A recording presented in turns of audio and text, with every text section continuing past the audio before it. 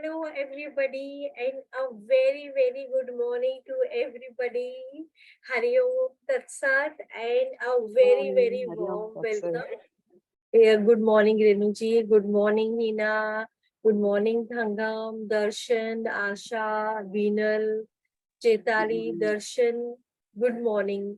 Good morning to everybody. And today we come on a beautiful fourth day of Om chanting. वो भी हम सुबह 6 o'clock कर रहे हैं and everybody is active, which is very good. तो चलो, not dwelling, not going. एक minute, I think internet is low. एक minute, let me just share my mobile का नेटवर्क मुझे थोड़ा शेयर करो एक मिनट. एक minute, just let me just change the network.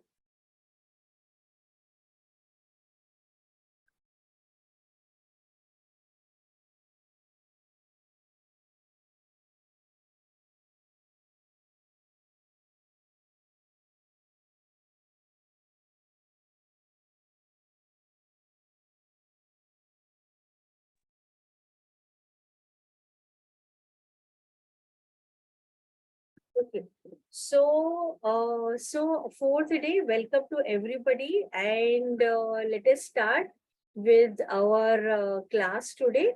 Okay, so I'm connected now. Can you hear me now? Sarika, can you hear me? Okay, is everybody able to hear me? I'm audible. मैंने connection change किया है अभी. Yes, ma'am. Okay okay perfect, ठीक है. तो let us अच्छा, Ramachandran ji, okay, thank you. तो let us go forward with our class. तो हमने पहले के 3 दिन बहुत सारी चीजें सीखी. हमने लिखना कैसे है ओम को, बोलना कैसे है, उसका उच्चारण कैसे करना है, और हमने पूरी इन डेप्थ में हमने समझा कि हमारे बॉडी में क्या हो रहा है. हम जब चैंट कर रहे हैं, कैसे वो सेक्रेट ज्योमेट्री, हमारे बॉडी जिस 70% वाटर की है, तो जब हम चैंट करें तो हमारे कैसे वो कॉस्मिक वाइब्रेशन हमारे बॉडी के अंदर, each and every body cell में एक अलग ही काइंड ऑफ. मेरी वॉइस ब्रेक हो रही है या am I audible? It's very loud and clear. अच्छा, ओके परफेक्ट, ओके ठीक है, थैंक यू. तो सो मे बी किसी को जिनका आवाज नहीं आ रही वो आपको चेक करना होगा. ठीक है, ओके. सो पहले हम ग्रेटिट्यूड देते हुए पूरे तहे दिल से अपने सारे एंसेस्टर्स, सारे गुरु, सारी सृष्टि, सारे भगवान का तहे दिल से धन्यवाद देते हुए, ये एनर्जी मेरे बॉडी से फ्लो होते हुए, आप सब ग्रहणशील होते हुए आप ये नॉलेज को ग्रहण करें. हरिओम. ओके, सो हमने 4 days, जैसे मैंने बताया, हमने बहुत सारी चीजें सीखी कि कैसे हमें बोलना है, हमारे बॉडी में क्या हो रहा है, साइंटिफिक रिसर्च में, और ये सब हमने पूरी डिटेल में. हमने कई सारी चीजें, हमने इनर रिफ्लेक्शन में भी बहुत सारी चीजें हमने देखी. हमने देखा हमारा साउंड बॉक्स कैसे आवाज हमारे मुंह से निकल जा रहा है, और हमने कभी चेक ही नहीं किया है. हमने अपने इंट्यूशन को थोड़ा चेक किया, हमने अपने ब्रीदिंग को चेक किया, हमने नेचर से हमारा कनेक्शन क्या है वो देखने की कोशिश करी. तो हम अभी समझे कि मांडुक्य उपनिषद है क्या, और हमारी मांडुक्य उपनिषद के बहुत सारे चैप्टर्स होंगे अलग अलग दिन. हम मॉडर्न कंटेक्स्ट में उसको मैं डिकोड करने की कोशिश करूंगी. और हम आज से हमारी जो जर्नी है, हम beyond the mind, we are taking a journey. अपने माइंड के भी परे भी चीजें होती है, हम वो एक्सप्लोर करने, अपनी इनर जर्नी को हम एक्सप्लोर करें. सो आज का हमारा टॉपिक स्टार्ट हो रहा है कि हमारे इतने सालों पहले हमारा जो यूनिवर्स बना था वो कैसे बना था. बहुत साल पहले एक बिग बैंग हुआ, और वो जो कंपन हुआ वो एक ओम की धुनी में. कल मैंने एक वीडियो शेयर किया था जहाँ पे मैंने आपको शेयर किया था कि नासा ने एक्सप्लोर किया है, और उसके बाद में उन्होंने देखा जो आवाज हो रही है, जो वाइब्रेशन ये यूनिवर्स में हो रहा है, वो ओम की धुनी में हो रहा है. मतलब वो वाइब्रेशन और एक फ्रीक्वेंसी में चीजें चल रही है, और उसी में हर चीज जो लिविंग है और जो ईच एंड एवरी सेल जो है वो वाले वाइब्रेशन में, फ्रीक्वेंसी में मूव कर रहा है। तो जैसे मैंने बताया, एक बिग बैंग हुआ फर्स्ट सेकेंड, उसके बाद में 3 मिनट्स के बाद में छोटे छोटे से मॉलिक्यूल्स बनने लगे, फिर 3 लाख ईयर्स के बाद में थोड़ा सा और आकार आने लगा, फिर 1 बिलियन ईयर्स के बाद में अलग अलग स्पीशीज उसके बाद में और एक्सप्लोर होते गए और अलग अलग स्पीशीज बनते गए।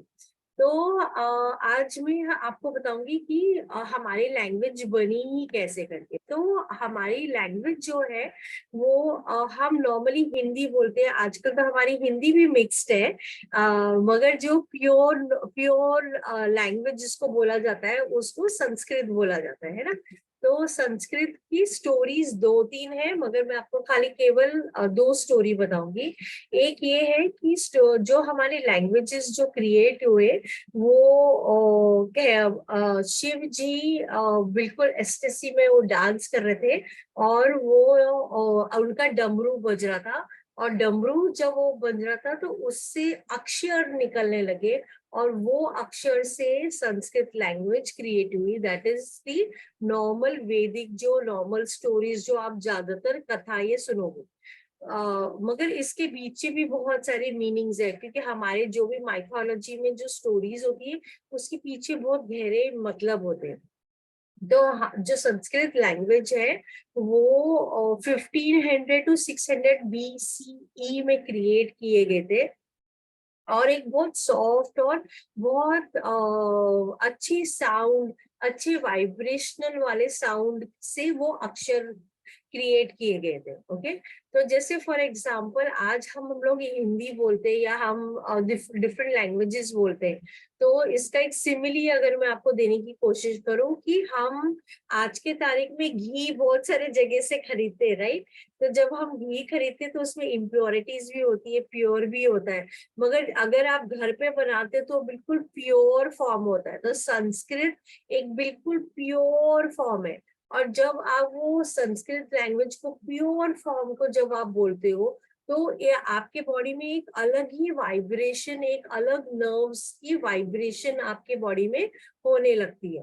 तो बेसिकली हमारे जो सप्त ऋषिज थे उन्होंने ये पूरी सृष्टि जो है उसको ऑब्जर्व करना चालू किया, जो जिसको आप बोल सकते हो कि डेटीज को, मतलब डेटीज को ऑब्जर्व करना चालू किया। डेटीज मतलब क्या? डेटीज जैसे कि नेचुरल फोर्सेस, जैसे कि अग्नि, वायु, वरुण, रुद्र, अश्विनी, उसको लॉ ऑफ नेचर किस तरह चल रहा है उसकी बेसिस के ऊपर उन्होंने वेदास लिखी, और बाकी चीजें उन्होंने मतलब उन्होंने ये क्रिएट करना चालू किया। उसके लिए उन्होंने देखा कुछ हाइम्स जब बोलते हो तो आपके बॉडी में एक अलग वाइब्रेशन आप फील कर पाते हो। तो अगर आपने कभी देखा है कि पुराना जो गंधर्व म्यूजिक जो हमारा है, जो रागा है, जो अपने डिफरेंट डिफरेंट मूड के हिसाब से या डिफरेंट एलिमेंट के साथ में आप जब वो रागा वो वाले समय में आप सुनते हो, साउंड सुनते हो, तो आपके बॉडी में एक अलग ही आपकी बॉडी में वो हील करने लगता है। तो जो हमारे ओल्ड रागास है उसका साइंस भी कहीं ना कहीं वहीं से पूरा ये कोरिलेटेड है करके। ओके, तो वापस से शेयरिंग दी स्लाइड। जैसे मैंने आपको बताया हमारे सप्तऋषिज थे, और हमारे सप्तऋषिज ने बहुत सारे जो हमारे स्क्रिप्चर्स जो हम देखते हैं वो सब उन्होंने लिखना चालू किया। तो हमारे स्काई में भी सप्तऋषिज अगर आपने देखा होगा है, और आई एम श्योर आपने ये वाले स्टार्स भी आपने देखे होंगे, है ना। तो वैदिक टेक्स्ट जो है उसको 2 तरीके से उसको अंडरस्टैंड किया जाता है। एक है हमें श्रुति और एक है स्मृति।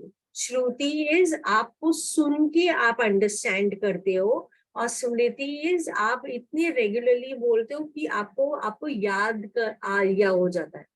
तो श्रुति के नीचे जो कि मतलब लोगों से सुन के आपको अंडरस्टैंड करना है, तो वो श्रुति में वेदास आते हैं, अरण्यकास आते हैं, उपनिषद आते हैं, और स्मृति में जो है इतिहास, पुराण, रामायण, महाभारत, शिव पुराण, सूत्र एंड सो ऑन। ओके, तो कहने का मतलब क्या है, हर एक ये चीज आपको सत्य से कनेक्ट करता है, ट्रुथ से कनेक्ट करा रहा है। Okay, now let us understand कि ये है क्या और क्यों हमें इतना डिफिकल्ट लगता है, क्योंकि हम रूबरू ही नहीं है, हमें उसका इंफॉर्मेशन नहीं है।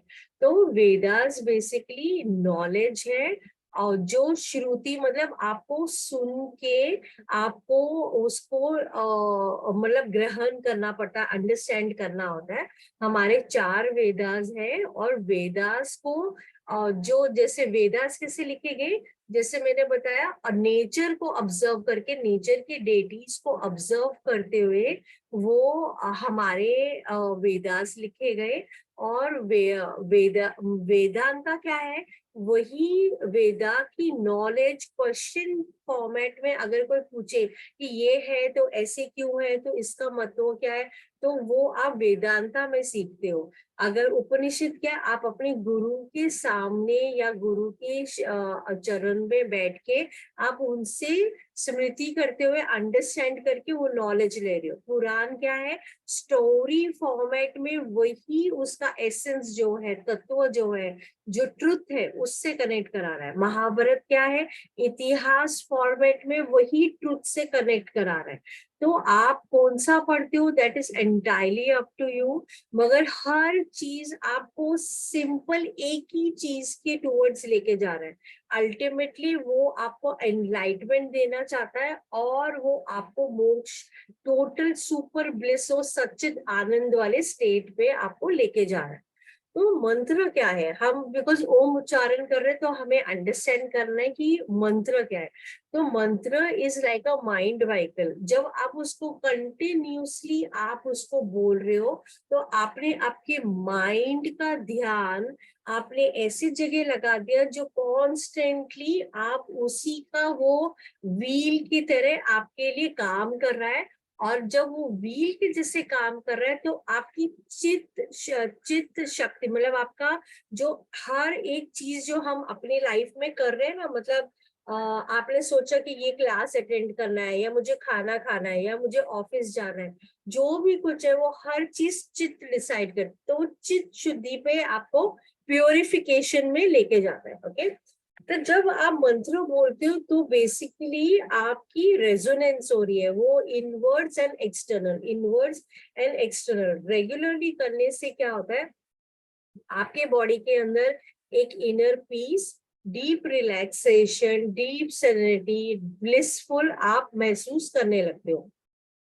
तो जैसे मैंने बताया, हमारे 7 चक्र है, हमारे 7 चक्रों के अलग अलग कलर्स हैं, और अलग अलग उसका आकार है। अगर आप देखोगे तो उसकी जो सर्कल है, सेक्रेट ज्योमेट्री अगर आप बोल सकते हो, वो अलग अलग है। तो जैसे हमारी लैंग्वेज फॉर्म हुए, तो हमने अभी जब हम वर्ड्स बोलते, जब हम मंत्र बोलते, तो हर चक्र में एक अलग अलग अक्षर से जब आप वो अक्षर बोलते हो, तो वो वाला नर्वस सिस्टम जो आपकी नाड़ी है, वो नर्व वाइब्रेट होती है।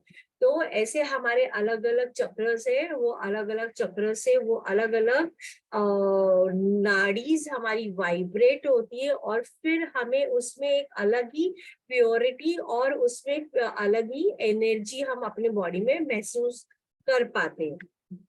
तो अभी ये सब तो हमें एक सिंपल क्लैरिटी के लिए मैं आपको देना चाहती थी, ताकि यू अंडरस्टैंड। तो हमारी जो स्ट्रीम है, अभी हमने समझ लिया कि हर चीज आपको एक ही ट्रुथ से जोड़ा रहा है। मतलब आप या तो पुराण पढ़ो, या आप भगवत गीता पढ़ो, या आप उपनिषद अंडरस्टैंड करो, या आप ओम अंडरस्टैंड, हर चीज जो है आपको अल्टीमेटली ट्रुथ से जोड़ रहा है। मतलब हमारा जो रियल तत्व है, हमारा जो रियल फैक्ट ऑफ लाइफ है, उससे आपको टच करा रहा है। मगर हम ये माया वर्ल्ड में रहते, तो हम बिल्कुल उसमें हम 1 to 1 नहीं हो पाते। हम ये 21 डेज में हम एक्सप्लोर करेंगे। तो कहने का मतलब ये है कि अभी ये सब तो आपने समझ लिया, मगर इसकी रास्ते क्या, हर पर्सनालिटी बहुत अलग है, राइट। तो हर पर्सनालिटी अलग होते हुए आप कौन सा दरवाजा खोल के आप आगे बढ़ते हो, फॉर एग्जाम्पल आप कर्म योग करते हो तो मतलब आप अपना काम जो है आप इतनी खुशी से और सत्य के साथ, ट्रुथ के साथ कनेक्ट होते हुए जब आप करते हो तो आप एक कर्म योगी हो जाते हो। जब आप भक्ति से जुड़ते हो, आप प्यार से, आप बिल्कुल पूरी तरह सरेंडर करते हो, तो आप भक्ति योग से ये ट्रुथ को समझने की कोशिश करते हो।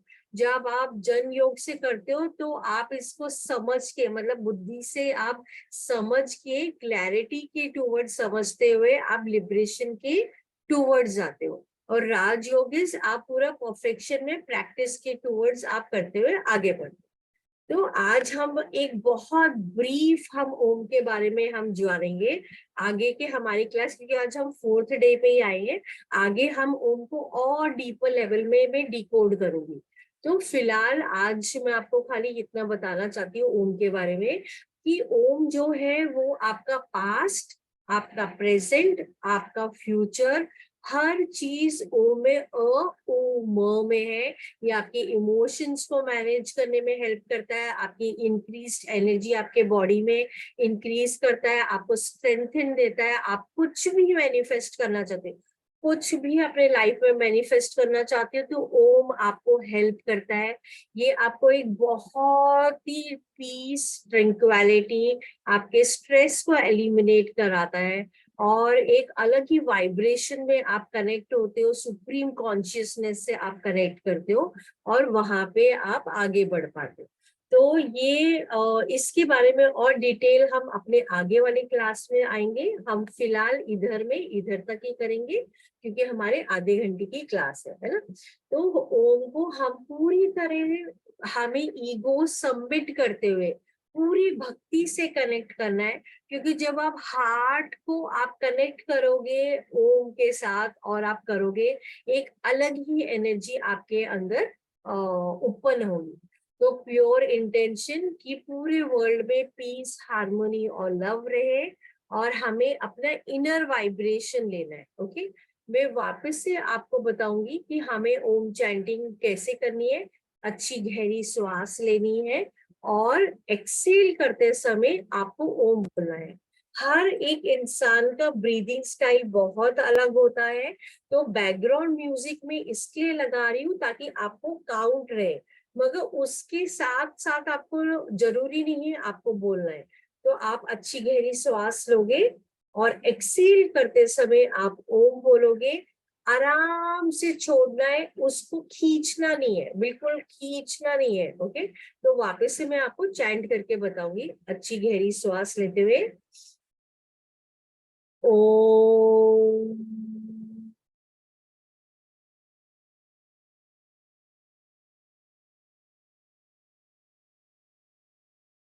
उसको ग्रेजुअली ड्रॉप करना है, अपना ब्रेथ को देखते हुए करना है। किसी को कंपेयर नहीं करना है, हम सब बहुत अलग है। आराम से करना है, बहुत प्यार से, भक्ति से, पूरे दिल से कनेक्ट होते हुए। ओके, तो अभी मैं म्यूजिक लगा रही हूँ और हम अभी सब ओम चैंटिंग करेंगे।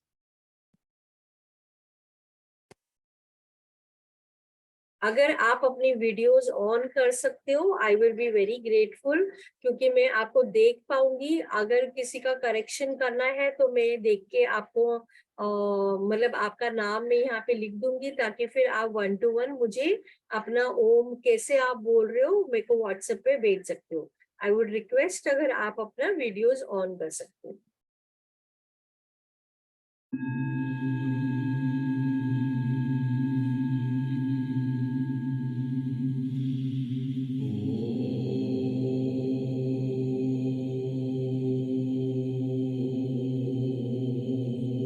सांस लेते हुए, एक्सेल करते हुए ओम चैंट करना है।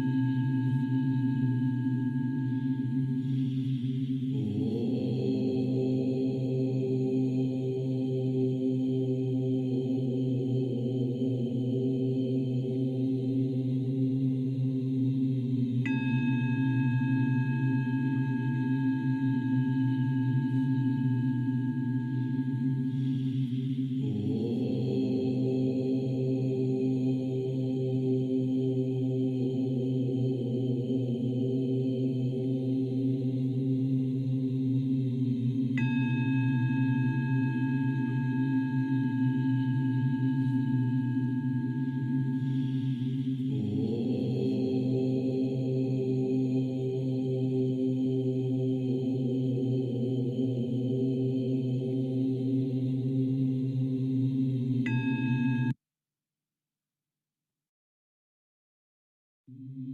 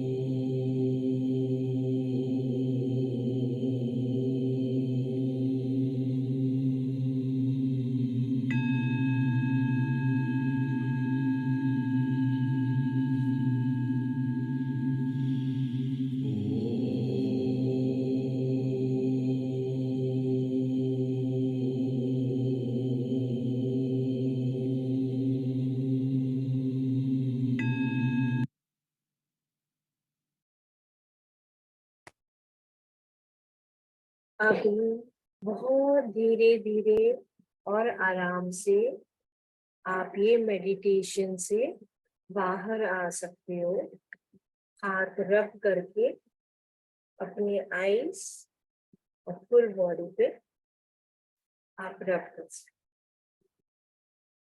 सो आज का हमारा इनर रिफ्लेक्शन जो है वो ये रहेगा कि the question that I would ask you is कि inner reflection, have you read or done smriti of any ancient scriptures?